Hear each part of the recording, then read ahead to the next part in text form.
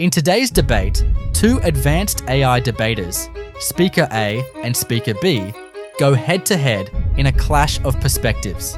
Tackling the pressing issues of gender equality, societal norms, and human rights, they'll engage in a heated exchange of arguments, rebuttals, and counter-arguments over 5 intense rounds. To ensure fairness and insight, we've programmed 2 AI judges to score each response. Judge A focuses solely on logic and reasoning, assigning scores with cold, calculated precision. Meanwhile, Judge B incorporates both logic and emotional resonance, creating a balance of analytical and empathetic evaluation. Who will win? Logic-driven precision or emotionally grounded reasoning? Buckle up and join the conversation in the comment section. And we will reveal the total points at the end.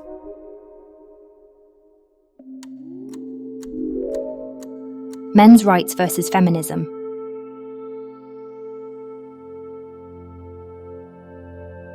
Men's issues are often overlooked in modern society. Men face high rates of workplace fatalities, homelessness and suicide, yet these problems receive minimal attention. Moreover, legal systems, particularly in family courts, tend to favour women, often leaving fathers with limited custody rights. Addressing these challenges isn't about opposing feminism. It's about ensuring equity for all genders. Men's rights deserve more focus to balance societal disparities.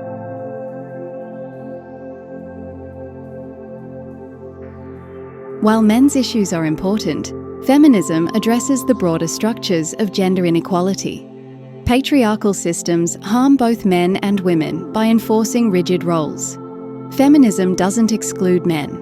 It advocates for dismantling systems that perpetuate inequality for all genders. For example, the same societal norms that pressure men to suppress emotions also contribute to the subjugation of women. Feminism is inclusive and essential for holistic gender equity.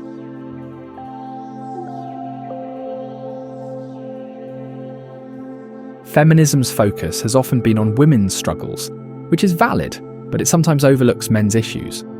For instance, in discussions about workplace equality, the focus is primarily on female representation, ignoring male-dominated but high-risk professions like construction or mining.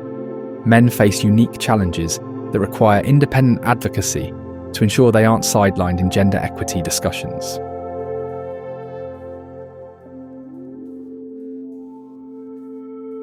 Feminism doesn't overlook men's issues.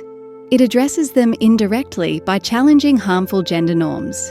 For example, workplace fatalities in male-dominated industries result from gender expectations that men should take on dangerous work. Feminism seeks to create a society where individuals are free to pursue careers without societal pressure, benefiting all genders equally.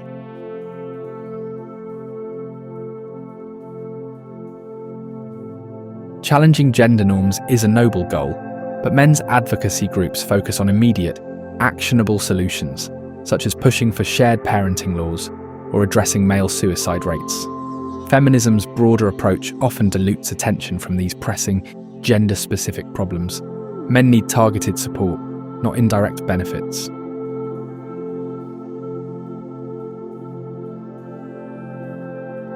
Targeted support for men is important, but it doesn't require opposition to feminism. For instance, feminist movements have supported initiatives like paternity leave, which directly benefit men. Collaboration between men's rights advocates and feminists would be more productive than division. Gender equity is a shared goal.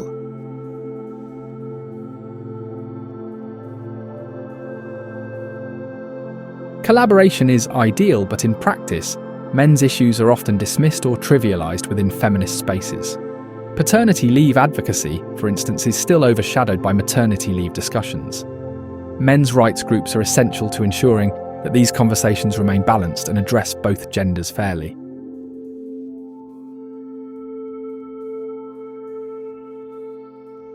It's true that men's issues can be sidelined, but that's a flaw in implementation, not feminism's principles. A world without feminism would leave traditional gender roles intact, perpetuating problems for both men and women. Instead of creating separate movements, integrating men's advocacy into feminist platforms ensures a comprehensive approach.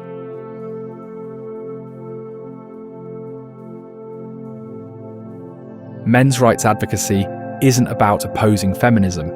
It's about addressing the blind spots that feminism has yet to tackle. By prioritising issues like fathers' rights and male mental health, we can complement feminist efforts while ensuring no gender is left behind. Equity isn't one size fits all. It requires tailored solutions for everyone.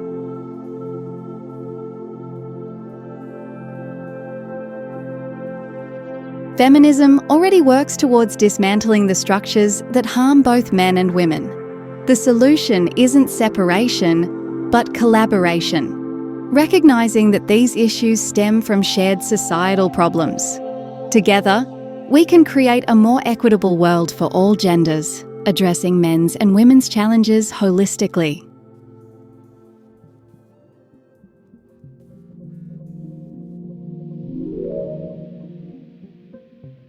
Is toxic masculinity real?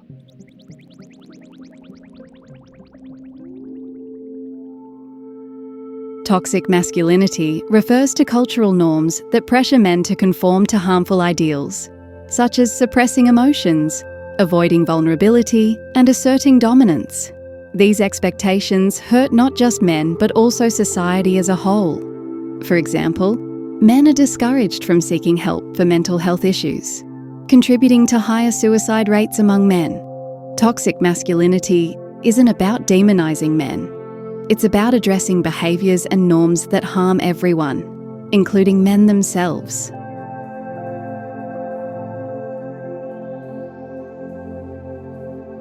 The concept of toxic masculinity is flawed because it unfairly stigmatizes masculinity itself.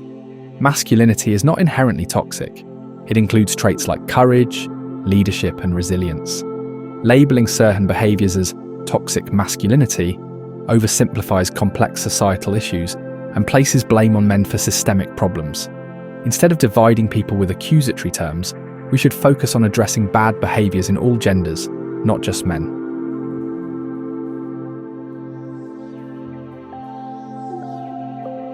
Speaker A claims masculinity itself is stigmatized, but toxic masculinity doesn't target positive traits like leadership or courage. It critiques harmful behaviours like emotional repression and aggression, which stem from rigid gender norms. These behaviours are not isolated to individuals. They are reinforced by culture. Ignoring toxic masculinity prevents us from addressing its impact, like the link between these norms and violence or poor mental health outcomes.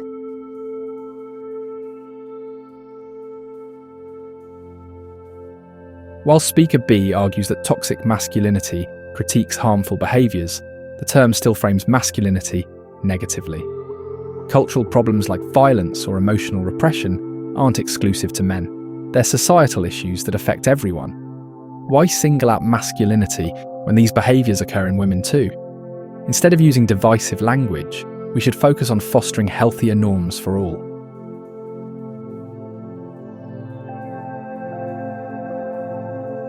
It's not about singling out men or masculinity. It's about recognising the unique pressures placed on men due to societal norms. For example, men are often discouraged from expressing vulnerability, which leads to emotional isolation. While harmful behaviours exist in all genders, the term toxic masculinity addresses how these expectations uniquely affect men. Ignoring this specificity undermines efforts to create healthier gender dynamics.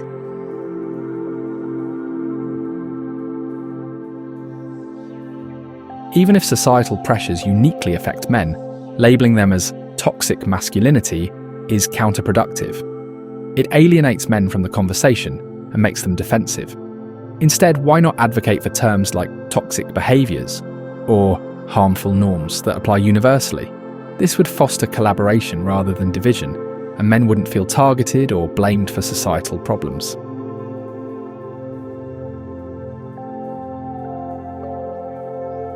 Renaming the term won't solve the problem if we ignore its root causes.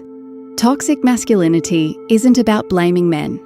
It's about dismantling harmful cultural norms that perpetuate unhealthy behaviours.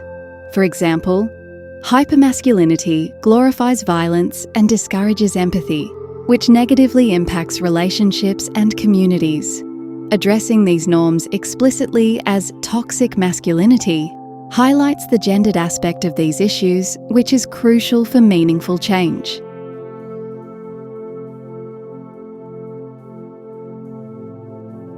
Focusing on toxic masculinity divides rather than unites. Hypermasculinity isn't solely a male issue. It's part of a broader culture that rewards dominance and suppresses vulnerability in all genders. Terms like toxic masculinity overshadow the shared struggles of men and women, creating unnecessary conflict. A more inclusive approach would address harmful norms universally without isolating men.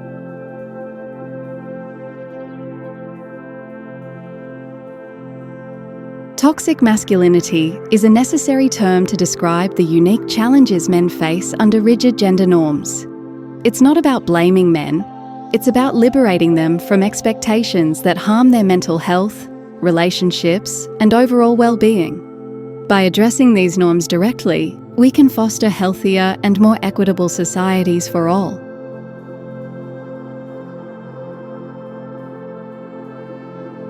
While addressing harmful norms is important, framing them as toxic masculinity alienates men and detracts from collaborative solutions.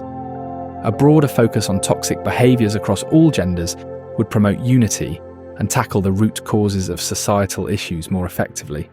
Let's move beyond divisive language and work together for change.